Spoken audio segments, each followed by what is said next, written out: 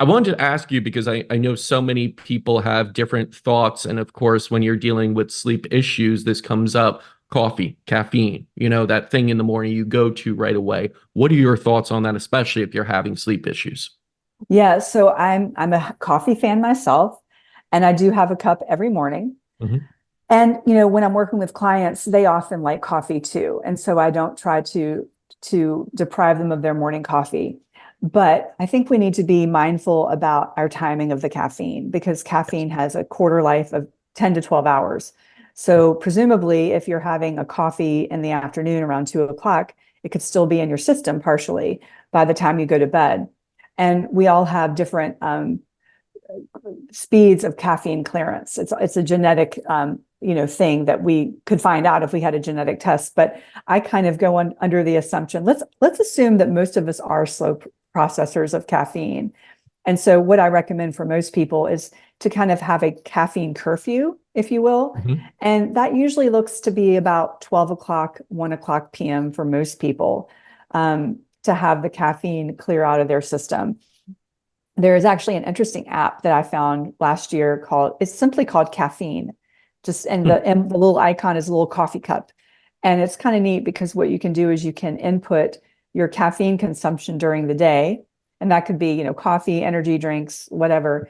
And then you input your bedtime and it'll tell you like how much clearance you'll have before bed. So I think it's kind of cool. I've tested it out a little bit. And people are often quite surprised that they can have that the caffeine is in their system so close to their bedtime. And what we do know about getting caffeine too close up to bed is it can impact your deep sleep. So you Mm. may have run into people across your life who are like, yeah, I have a cup of coffee after dinner, no problem. I can fall asleep fine. Well, they probably can, Mhm. but if you looked at they had a sleep study and you could see their deep sleep, you would probably see sure, their deep sleep would be impacted. And they're probably not feeling as refreshed the next day.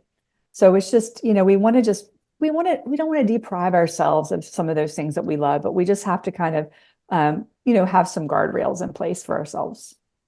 Yeah, absolutely. It's one of these things I find that people consume tons of caffeine, and I'm not against that. And I do think there are great benefits of coffee and antioxidant and all these, studies that show it can increase longevity.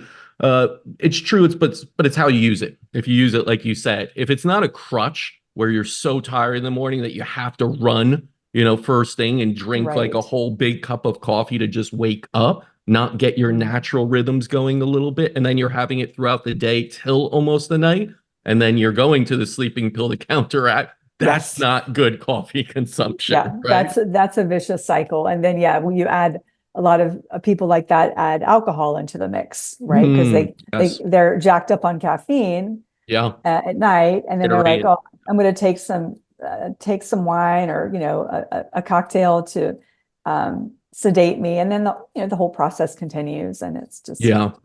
And this is why it's such that I keep using that word, a vicious cycle, but it's true. If your sleep is off, everything else in the day is off, and then it leads back into it and it gets worse and worse. You're drinking more coffee because your body's used to it. You're drinking more alcohol probably because you have to come down off it. You're getting used to that too. Your liver is sluggish, things at night aren't working right.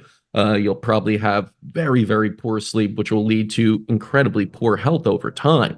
And when it happens yes. year after year after year, that compounds.